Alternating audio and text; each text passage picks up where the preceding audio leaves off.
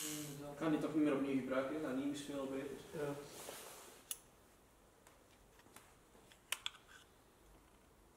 En dan...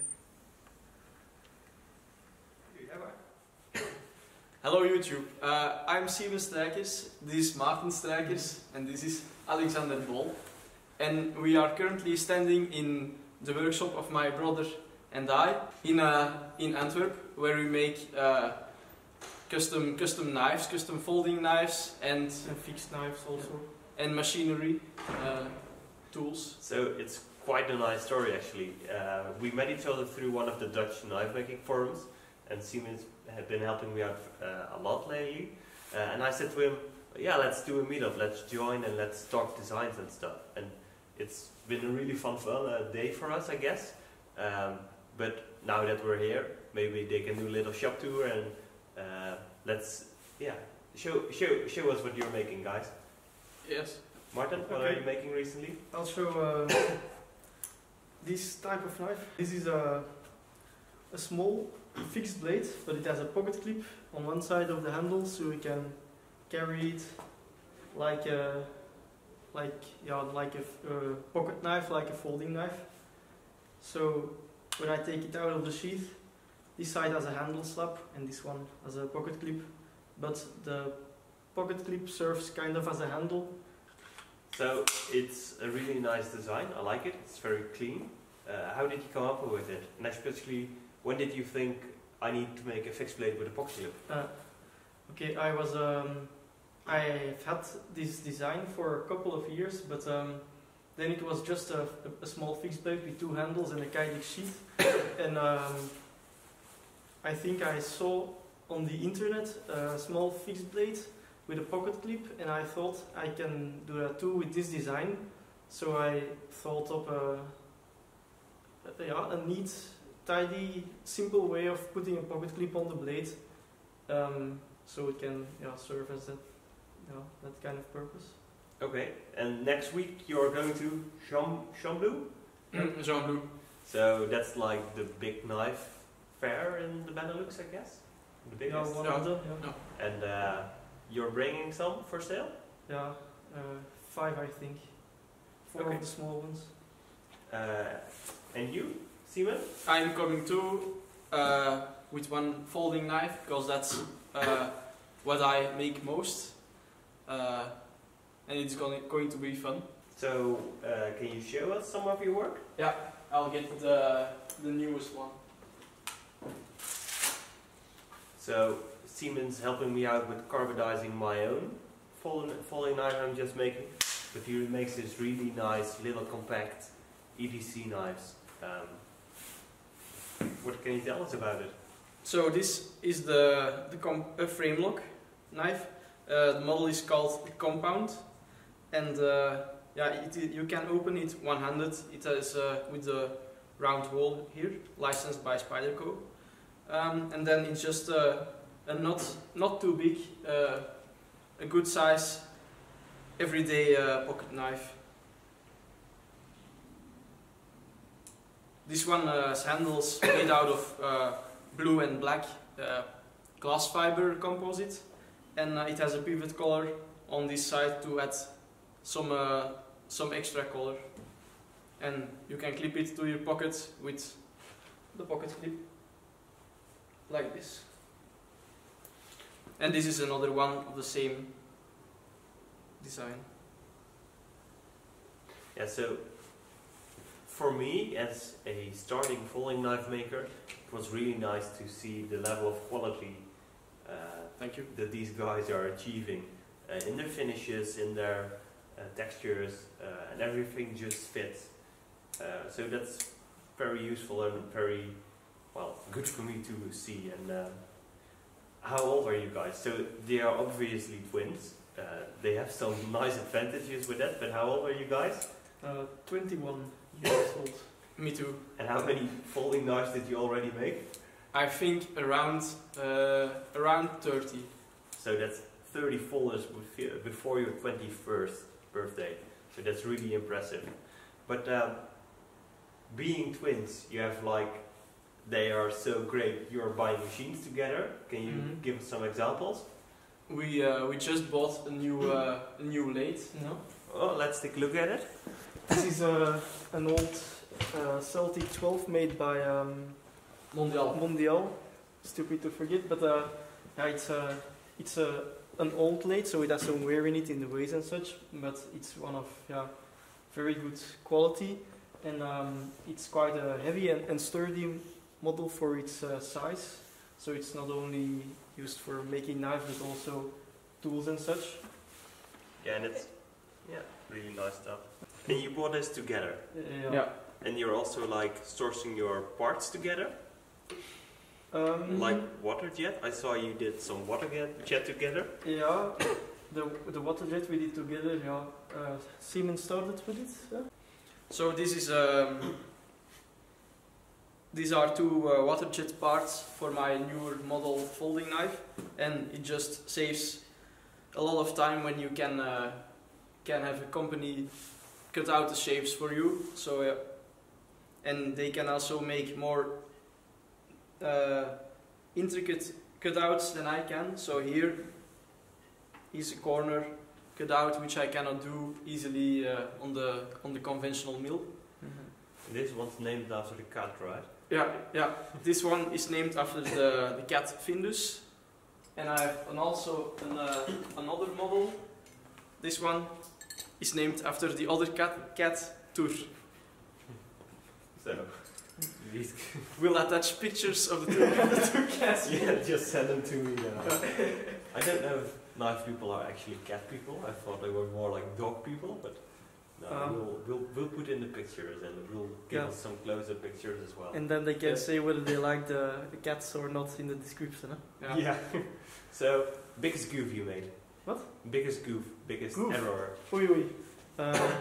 Once we were hardening blades, and when you quench the blade after it has been very hot, you cool it down, but to harden it. But it's not hard right away.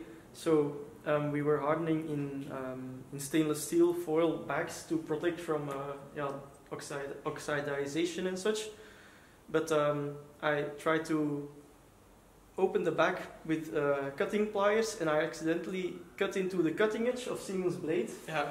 And it wasn't yet hard because that takes some time. So it's just bent, and then it became hard in that state. So Simen's knife had a nice curve in the cutting edge. So the metal was actually still hot enough to be bent and worked with. No, it's not hot anymore, but the hardening doesn't take place right after. It's not that the knife is cool, but it's not hard yet. Okay. It can take a couple of minutes, I think, something like that. And you, biggest goof? He's thinking. So yes, I'm thinking hard. Let me or hardly thinking. let me say bring my biggest goof up to camera, which would be like trying to nail round pivots shorter in a vise, and then they were like actually shooting away, and I heard or read on the forum that you were both watching it and both expecting it to shoot away. Yeah. So I think that was one of my biggest goofs, trying to shorten pivots with a mill like that. I know, and we were once heat treating a big knife for chopping, and we didn't have a big oil container, so we made one out of PVC tubing, with PVC tube with oil in it, and we thought it would there was enough oil to not heat the PVC that much, but when we quenched the blade, it got so hot, so the PVC tube was collapsing with the oil in it. Yeah, that's also standard. Yeah. Okay. Well, thanks for sharing that. Another goof you were just telling me. Can you say it on camera? Yes. So I have these blanks cut out like this, and once I was ready to drill out this hole, and it gets to a diameter 12 millimeter, and I had the big drill in the chuck, and then I started drilling, and halfway through the hole I noticed that I was drilling out this one and not this one, so it was scrap. So it was a pivotal actually. Yeah. How do you license the Spidey hole? How do you do that? Do you send just an email to Spyderco or? Yes, you can just send them an email, and then they'll respond to you. And it's a small amount of money in exchange for using the Spyderco round hole. I think it's really cool from Spyderco because it's not a super unique feature, as in you see it in a lot of knives, and it's very useful and very handy. But it is trademarked Spyderco, but they let other makers use it as well. So I think that's very cool of them. They could also like really sue everybody, and nice solution. Yeah, so I think it's better than I like it more than a thumb stud, because when you're cutting with a knife which has a thumb stud, it tends to take it to stick in the thumb stud gets in the way of the material you're cutting, and it also gathers dust, and it's an extra part that you really don't need if you just drill a hole. So it's lazy and lean. Yeah, but the one big downside could be that it makes the blade less strong. So if someone were prying with a knife like this, they would be able to break it. But that's not what a knife is meant for. So that's one of your good points. You both make really affordable knives. Can you step back into the camera, please? No, you both make quite affordable knives. So you actually have custom knives that people are capable of using without burning a lot of money by making scratches on it. So, because you're selling for? The fixed plates, I think in Jean-Blou will be around 185 euros. And your knives are? Currently a folding knife sits around 280 euro. That's a custom folding knife for 280 euros, and it's a really good one. And your knife as well. So that are actually custom knives, you have a proper steel, and you're still cheaper than a Wii knife or a Kaiser knife. So I think that's really cool of these guys, and yeah, unfortunately the book are closed, but yeah, I think it's good. It's a nice way to start working. And so one other question I want to ask is, you design your own machines, and you make a lot of your own machines? Yeah, small tools like jigs and for perhaps grinding, and for tapping perpendicular to the face of a piece of metal, and also we made ourselves a very good belt grinder. This is the belt grinder that my brother and I made, and it has a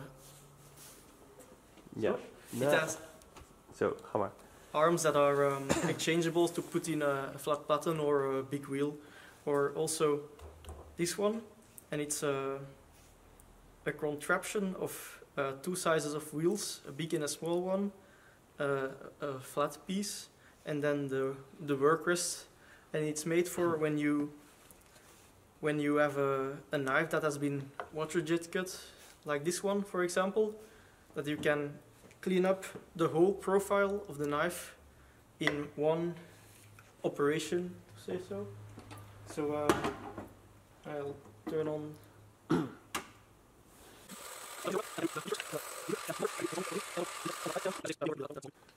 And you actually made this like entire machine yourselves, the two of you? Yeah. We bought one big plate of aluminium, and then we cut out all of the pieces out of that plate to make the belt grinders. Yeah. And you using IKEA lamps? Yeah. It's a nice project, and especially when you're with two people, you can build stuff without losing super much time because you're just sharing. Yeah, I did lose a lot of time in the sawing out of the pieces. You did it by hand? Yeah, by hand with a hacksaw, and then we cut them to size on the milling machine. Yeah. Okay. So, what are your plans for the future? You're still studying both? Yeah. Yeah, now I don't have that much time for making knives. Most of my time goes to studying, but I plan to keep making folding knives in my spare time. So, are your books open? No, they are not. Can they still bother you via No. Instagram? They can try. Yeah, you should follow him on Instagram. I'll put a link in the description below. And you, Maarten? Any plans?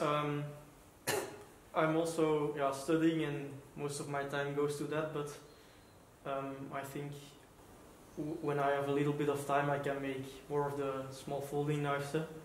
But yeah, also it's just as a hobby. Okay. So people can find you as well on Instagram? Yes, but I'm not very active on there. It's just more for watching other people's pictures. Okay. So, well, thank you guys for having me over today. I learned a lot. It was very nice to actually talk to knife people, because I've just been learning about knives on the internet, and I've been to 1 or 2 fairs, but now it was like, it was actually nice to talk to people who are also insane and trying to help tolerances and think about hardened pivots and where to get them. So thank you very much, and I hope this was a nice video for you guys. It's really just for these guys, because they need some more attention, because they're doing so good stuff around here and they have so nice machinery. So thank you very much for watching. Thanks for having me. No problem. So goodbye.